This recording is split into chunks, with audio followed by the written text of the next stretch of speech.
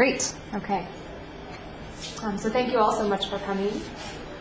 I'm going to be starting today with a letter that Ralph Waldo Emerson wrote to President Martin Van Buren in 1838. This was approximately 1 month before the period of voluntary Cherokee removal would expire and forced removal would begin. Emerson characterizes this letter as merely a scream, but sometimes a scream is better than a thesis. Emerson is thinking about writing here and whether or not it can do anything in the face of massive, cruel power. So this is the problem that I pose in the 5 minutes that I have with you today. Writing is a tool that we all use in our intellectual and activist lives, but what can it really do? And what happens when writing is the place where colonial power asserts itself? My dissertation looks at Indigenous literacy practices. It all started when I read Jill Lepore's book, The Name of War. She asked some questions that really crystallized an evident problem for me. If literacy is employed as an agent of assimilation, can one of its uses be the devastation of a society's political autonomy and the loss of its native language and culture? Can literacy destroy? When I read those questions, I knew I had to write about the ugly side of literacy, the side we don't talk about when we teach freshman writing. I wanted to actively work against the assumed transparency of writing. I wanted to learn about the other American literacies that have existed and continue to exist, the literacies that we do not teach in our standard curriculum. What are some of these literacies? One example is the pictographic writing practiced by Anishinaabe people of the Ojibwa and Ottawa tribes of the Algonquian language family. 19th century Americans were fascinated with this literacy practice. After Indian agent Henry Schoolcraft published ethnographies in the 1820s, novelists and poets began incorporating pictographs into their own work. But white culture makers did not merely borrow indigenous literacies to enhance their own productions.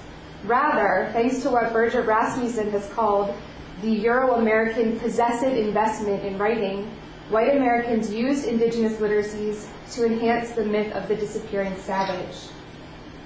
Perhaps the most famous example of this phenomenon is Longfellow's poem Song of Hiawatha, which you may recall from your childhood. What you may not remember is the section called Picture Writing, where Hiawatha invents pictography to mark ancestral graves and ensure that the names of the dead will not be forgotten. Then, by the shores of Gitche Gumee, he passes his leadership role to a white missionary and fades into oblivion.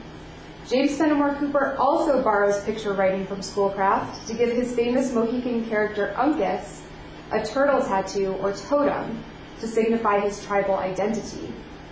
When Uncas dies, his body is buried in an unmarked grave, and we are left to assume that his totem fades as his body decays, just as his people have faded from the American continent in Cooper's romances.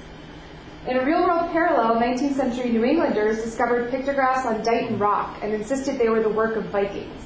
They expanded the timeline of white presence in the New World by attributing a clear instance of indigenous writing to a European source. All of these examples demonstrate that when pictographs entered into representation, they no longer functioned as language, but as symbol of the imagined extinction of native peoples. And this really gets me to my point: can literacy destroy? Literacy itself, no. Literacy is a technology that can be used for myriad purposes and to myriad ends. Sequoia invented the Cherokee syllabary in 1821, and it survived the Trail of Tears. You can see it taught today in Oklahoma, California, North Carolina colleges. This is a literacy of what Gerald Visner calls survivance, an active sense of presence over historical absence, deracination, and oblivion in the works of native peoples. But cultural meanings of literacy, literacy in interpretation and representation, yes, these literacies can destroy. When it appears to be uniquely available to one superior race of people, when it is used to nullify indigenous land rights, when it appears as the herald of native extinction, literacy then functions as a method of settler colonialism. I want to leave you with this final point. We have entered the age of multimodal literacies, a fact for which we need no more evidence than the presentation I am giving right now. In 5 minutes and 20 images, I'm trying to summarize a very complicated dissertation.